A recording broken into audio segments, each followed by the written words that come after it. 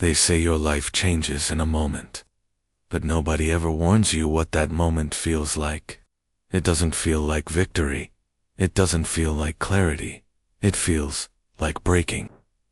That day when your chest feels heavy, your mind collapses on itself, and you whisper, "I can't do this anymore."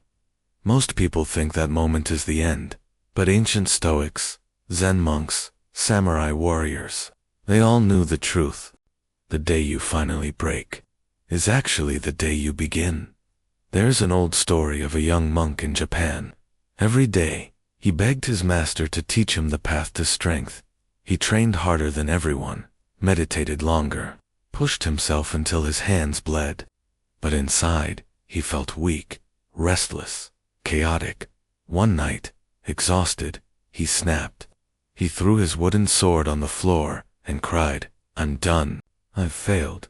My mind is too noisy. My heart is too tired. I'm not meant for this." The old master didn't comfort him. He didn't say he was strong. He didn't say he believed in him. Instead, he poured the boy a cup of tea. He kept pouring, and pouring, and pouring, until the tea overflowed, burning the boy's hands. "Master, the cup is full. It can't take any more." The master looked into his eyes and said, "Exactly. You cannot become who you're meant to be until the person you're pretending to be spills over. Sometimes, life breaks you not because you're weak, but because your old identity has no more space for the person you are becoming. Modern psychology calls this the identity crack, the moment your old patterns snap because they're too small for your next level. Stoics saw it as the collapse of the false self. Samurai called it kenshō, the moment you see your real nature after the illusion breaks. Zen calls it the beautiful falling apart. In every tradition, the message is the same. Breaking is not destruction. Breaking is the beginning of truth. Because here's what nobody tells you. You don't transform when life is comfortable.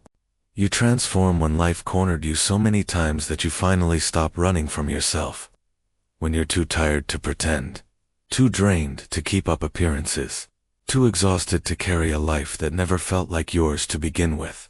That's the moment when something inside you whispers, "Enough. Let me finally become who I am." And that's when the real shift happens. Not in fireworks, not in loud motivation, but quietly, inwardly, beautifully. So if you're breaking right now, if you're overwhelmed, lost, burnt out, disappointed in yourself, listen, nothing is wrong with you. This isn't failure. This is your soul refusing to shrink any smaller. Your nervous system is releasing years of pressure. Your identity is shedding what no longer fits. Your heart is rearranging itself for a life with more truth, more depth, more alignment. Breaking doesn't mean you're weak. Breaking means there is a stronger version of you that can no longer wait. When the boy's hands stopped trembling, the master finally said, "Now that your cup is empty, we can begin. So let me tell you the same. This is not your collapse. This is your clearing. This is not your ending. This is your becoming." If this message found you at the right moment, type "I'm ready to begin" in the comments. Not for me, for yourself, for the life that's waiting on the other side of this quiet breaking.